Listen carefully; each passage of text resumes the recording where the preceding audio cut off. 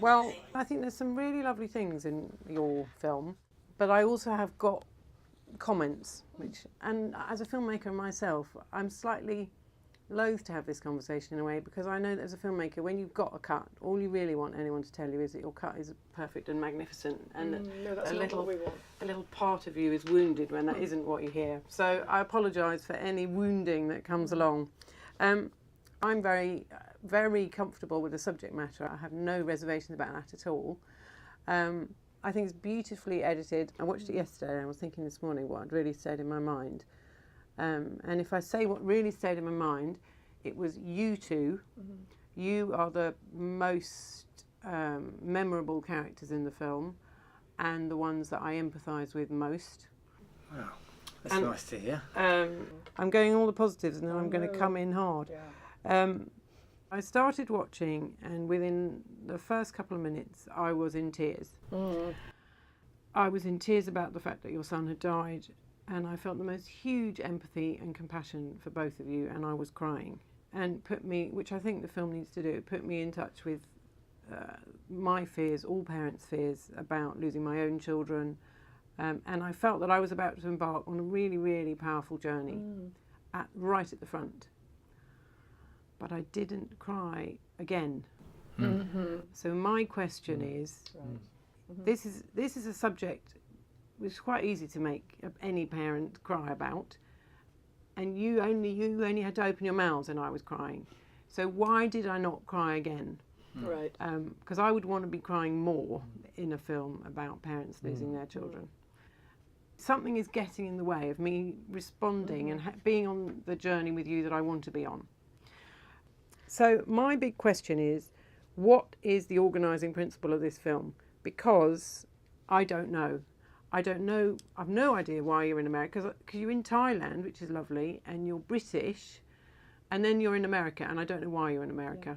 So I start to rack my brain. So then I start to think, maybe, because I noticed there was more than one sort of car accident. So I was thinking, is our theme car accidents? And then I was like, they were all quite relatively young. There was no one whose child had died at the age of 40. So then I thought, is it by age?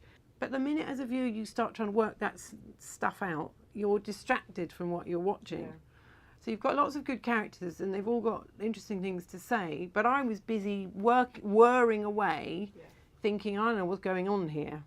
So what I do when I'm making a film, before I even start, when I've sort of more or less worked out who's going to be in my film, I always have a document, and in the right-hand column, I always have, what job is that person doing in the film? Because if two people, so for me, if two people, I'm really tough on myself. If two people are doing the same job in the film, one of them's got to go, even if I really like both of them. And so I think you probably do know what you think the job of each person is in the film. But I think that needs articulating. We tried to find that, I have to say. I think we knew that.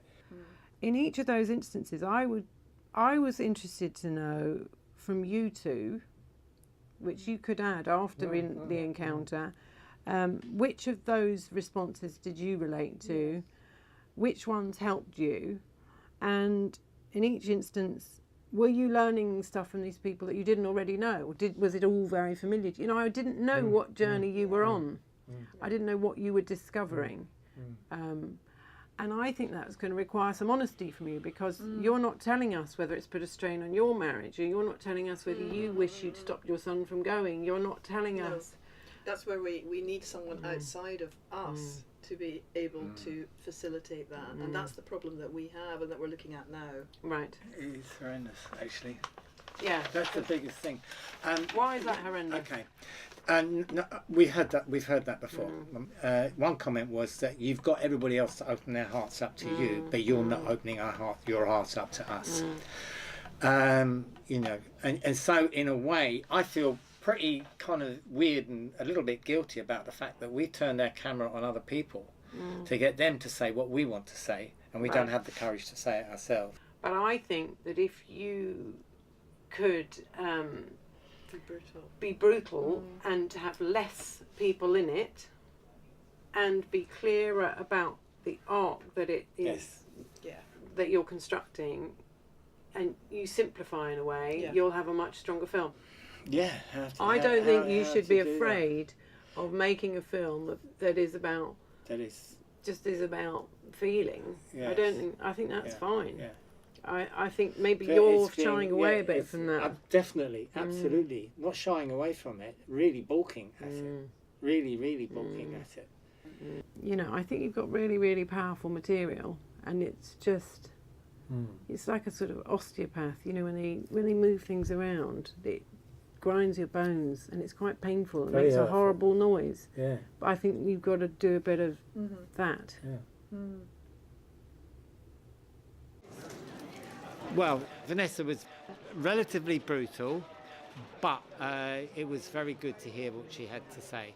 She was more interested in our story, which evidently isn't very much in the film at the moment.